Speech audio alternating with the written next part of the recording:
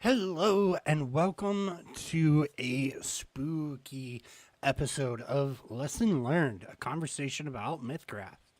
I am Corey Griffin, and today we're actually going to be talking about the perhaps spookiest lineage in Mythcraft, the undead. So, like I normally like to do here, also, hello everyone.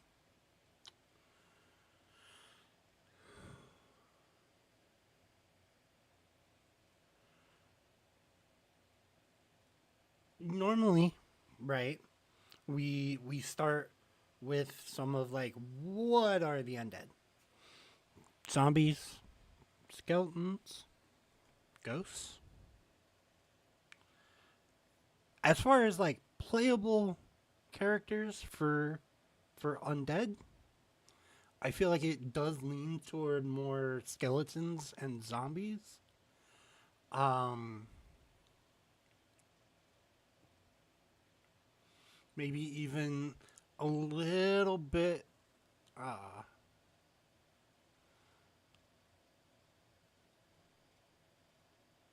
like ghoul. I wish there was some more stuff to be more ghosty, but that's not necessarily what we're getting here. That being said, um, let's get into it. It's a very fun and, in my opinion, flavorful lineage, but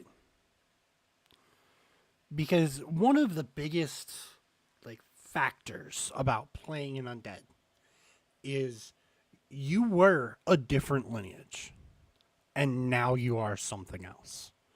So your your height, your weight, your size, your base speed, your appearance, your maturity all kind of depends on whatever your base lineage was. However, your lifespan would change because the lifespan of an undead is however long your physical form can sustain you. Some of them last for centuries, some of them last for millennia, even. Some of them last until you get into a really hard fight, you know? So you're not limited. If you wanted to go for an undead that had a bit of a lifespan and died old, happy, you could do that. It's just your body is withering away more and more. But if you wanted to be the undying, lore loving skeleton that lives forever, you could do that as well. Is definitely one of the fun things about undead player characters. And we'll get into some of the abilities here in a minute. But I like that. I like that you could live on forever in a utopia, or not should you like decide you want your character path to go down that. But yeah. So undead is actually one of the shorter ones. It's part of the reason I'm doing it by myself today. Um, and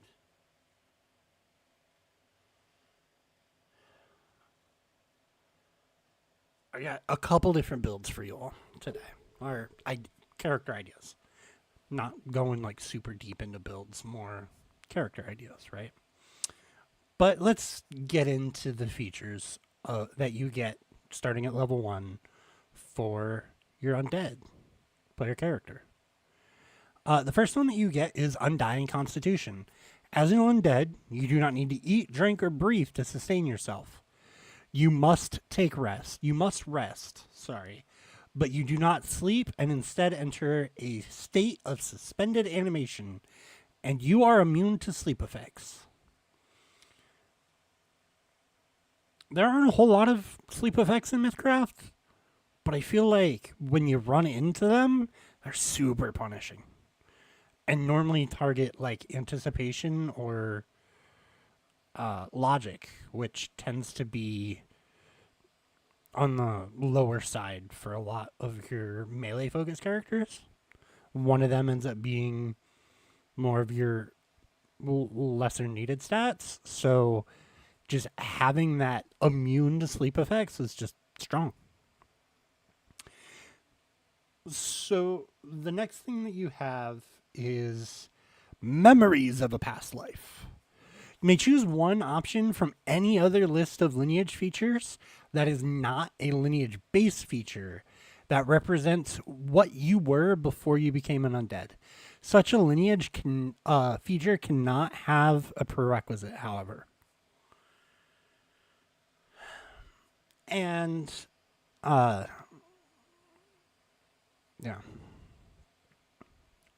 With that being said, some things that like pop right to mind. If I'm thinking of like, I'm gonna bring 3 builds to you all. My melee build, which is Trollkin taking long arms for memories of a past life. Dragonfolk Fire Scion. Or pretty much any of the skill-based ones, because they're all about the same. It's just my preference is to go in that route.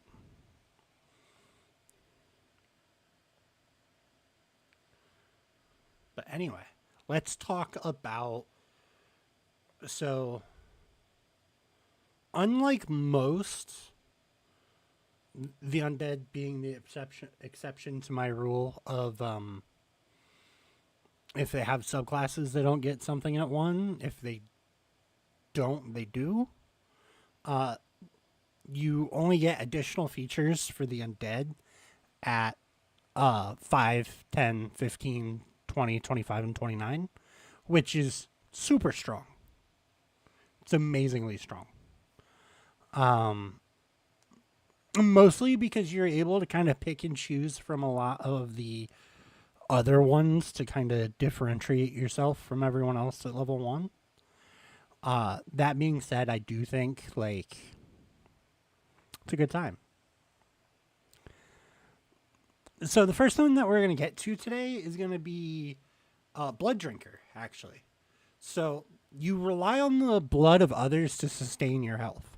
Once every 7 days, you must drink the blood of a living humanoid or creature.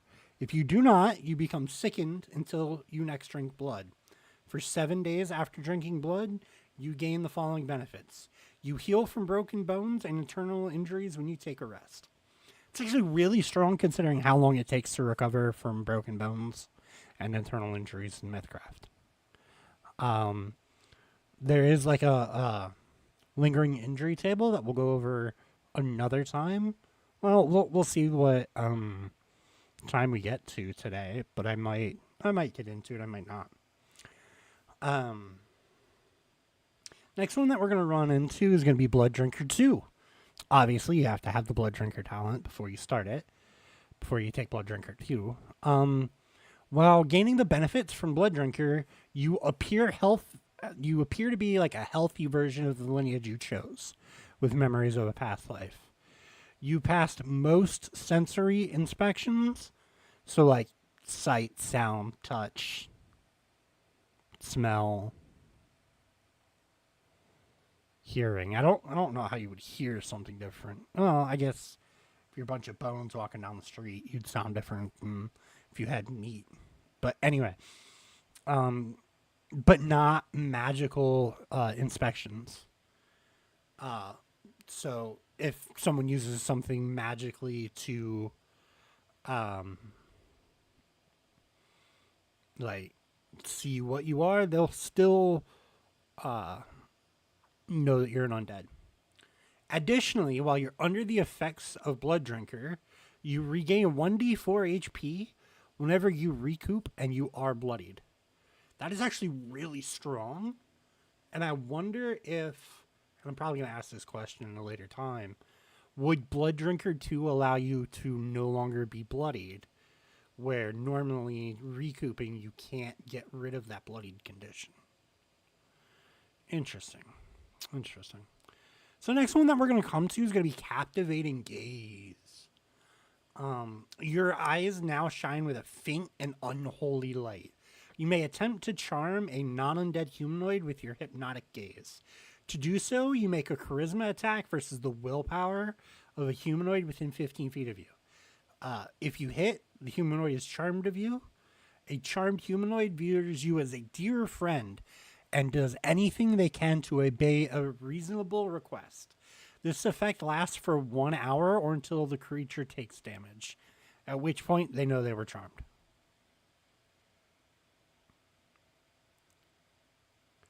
Captivating Gaze 2. Obviously, again, you have to have Captivating Gaze for it. Your Captivating Gaze no longer ends when the target takes damage unless that damage was from you. Up next, we have Claws. And that's just going to be your fingernails grow long, sharp, and jagged. And your hands take on an emaciated tenor. You gain a special attack that costs 2 AP and deals 1d4 sharp damage on a hit.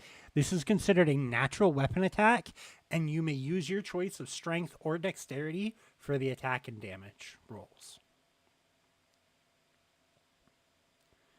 Up next, we've got Corpse Eater, which is endurance times per rest. By spending 3 AP, you may consume a portion of any non-undead humanoid and immediately regain hit points equal to your level.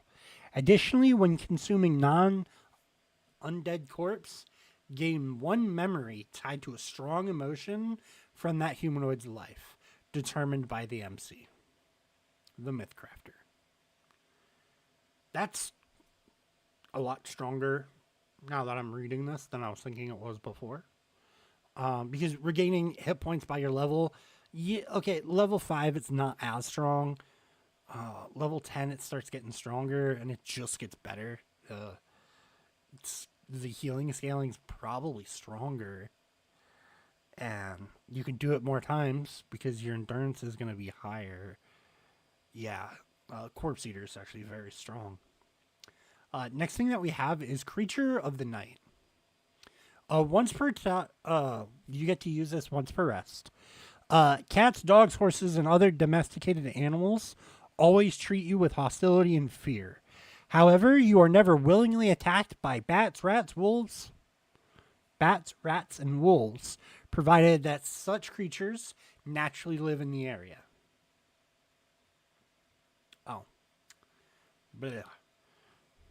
Provided that such creatures naturally live in the area, you may summon 1 creature from your choice below.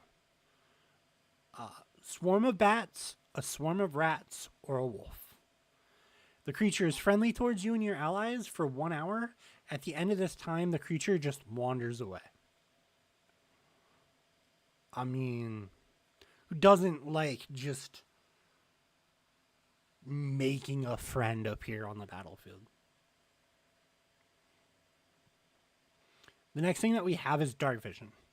And with Dark Vision, you can see in darkness to a limit, even without any light source. You cannot discern color while using your Dark Vision. While using Dark Vision, you can see up to 30 feet, and you are blind beyond that point. Sweet, simple, to the point. Next, we have probably one of my favorite bits in here, which is Jolts of Life. That is, after taking lightning damage from any source, you may gain 3 AP at the start of your next turn. Then we have, that's once per rest. We have Jolt of Life 2, which is Jolt of Life becomes once per recoup. Then you have Jolt of Life 3, which obviously requires Jolt of Life 2, and it also requires character level 20. You have an unlimited use of your Jolt of Light feature. Honestly, if I had a way to realistically attack myself over and over with electrical damage, something like taking a low end lightning lash. Well, that AP is going to be in a wash, so you're just going to be negative hit points. But something for 1 or 2 AP that I could do electrical damage to myself. I'm probably going to do that for Jolt of Life 3. Just let's go. Really playing Frankenstein's monsters. It's alive kind of vibe on this.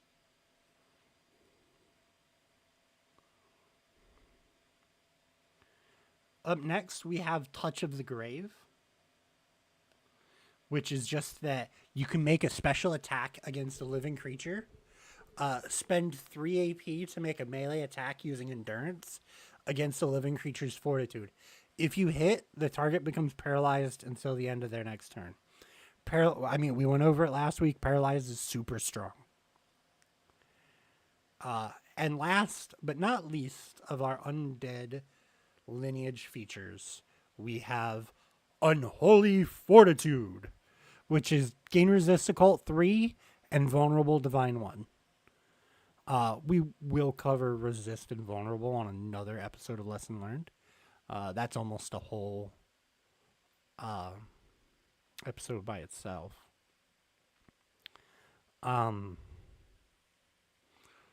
So I kind of got into it a little bit. I love the idea of any charisma based caster also gaining the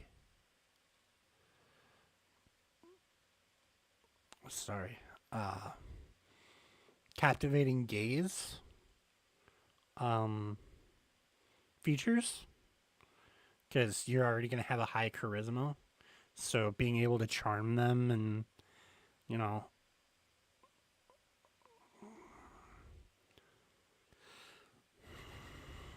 there's no AP cost assigned to it, but I feel like that's a bit of an oversight, and as an MC, I'd probably make it a AP cost, but as it's written right now, you could just do it over and over again until you hit.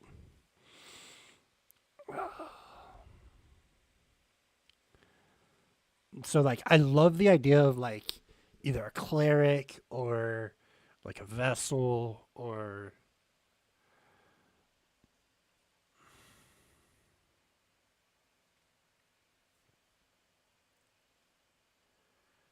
anyone that takes divine or occult magic,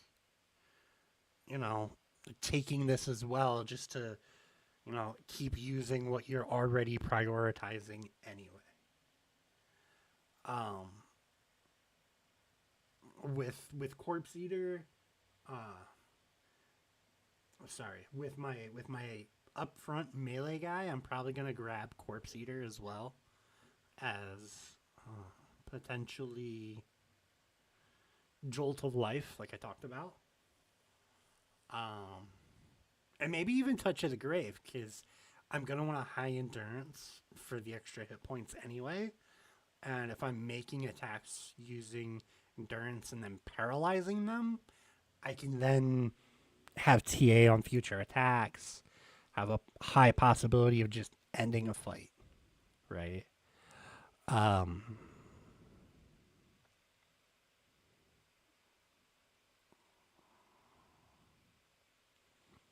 So we talked about how long the recovery time of broken bones in Mythcraft are. With a treated DC for broken arm, you're looking at 4 weeks. For broken back, 4 months. Broken leg, 2 months. Broken rib, a month, 4 weeks. Right.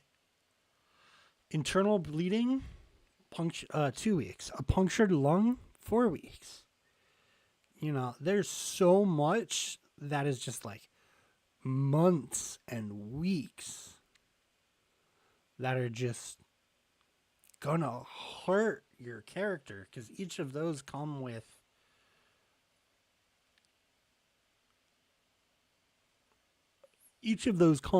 some very not fun conditions that, God, being able to get rid of them overnight is just, I love it. Give it to my tank. Give it to my skill monkey. Give it to everyone. Right. And that was my blood drinker features. Right. And just extra healing whenever you recoup. Um, all of those are just really, really strong. Oh, God. And then, like, my skill monkey probably grabs things like the creature of the night talents because summoning things is awesome. Dire bats, swarms of. Sorry about that. Swarms of bats. It's all just so good that I think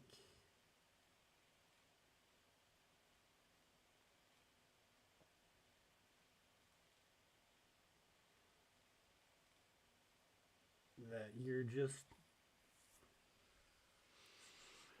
if you're not gonna take those two for like being able to just once per rest, boom, here's the thing. And you're looking for kind of a scout slash skill monkey kind of thing, I think I'd probably go dark vision. Unholy fortitude really for me is a bit niche in its application. Claws, even if I'm really wanting to go for that kind of unarmored, uncaring kind of fighter, like, I don't need to be the strongest boy.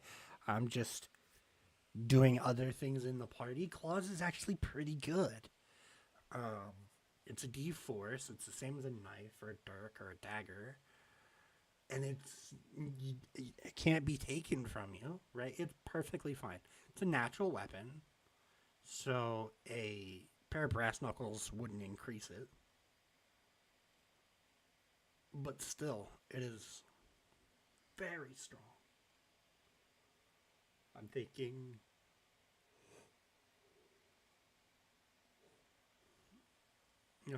that would be another good one for my kind of scout ish build.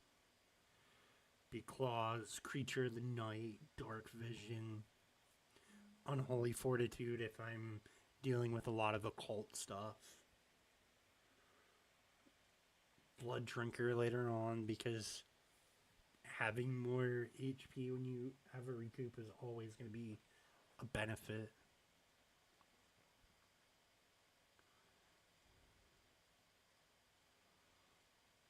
You know. Now, here are some things. Do I wish that we could kind of like scrape together a ghost out of this? Yes. We can't. There's nothing in here that kind of screams ghost to me. You get ghoul, you can see skeleton, you can see Frankenstein. There's no ghost. And okay, that's not what they intended to get here. You want to play an undead skeleton? Undead are amazing for that. You want to play like a ghoul or a zombie? I think undead are amazing for that as well. Calling them undead in general, considering there are a lot of undead archetypes that they could potentially have given us something to give us that archetype a little bit, I feel like they missed the mark a little bit. Almost feels like they promised more than we got. That being said, you want to, and I've said it once already, you want to play a zombie? Undead. You want to play a, you want to play Frankenstein? Jolts of Life exists. Right? I'm just not seeing anything that is making me go, this could be a white. This could be a wraith. Right? No. This is not your more ghostly undead type. This is definitely your more physical type undead. I could also see you making a banshee with Creature of Night 1, Blood Drinker 1 and 2.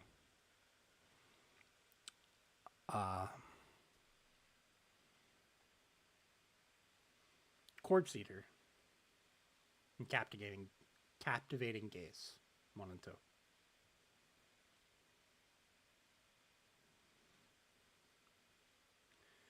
Would make for a pretty interesting, like, Banshee style game, I think.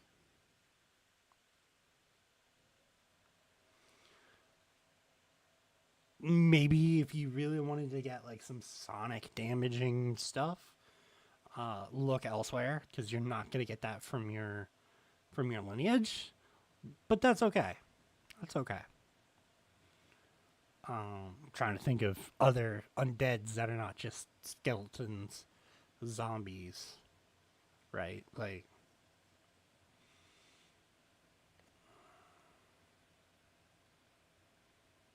I said, I think my biggest thing about them calling them undead is there's nothing to play ghosts, guys.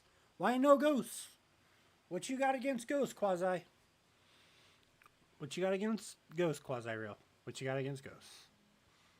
I want to play my Danny Phantom Going Ghost Power Fantasy. Come on. I'm joking. I love you guys. Please don't end me.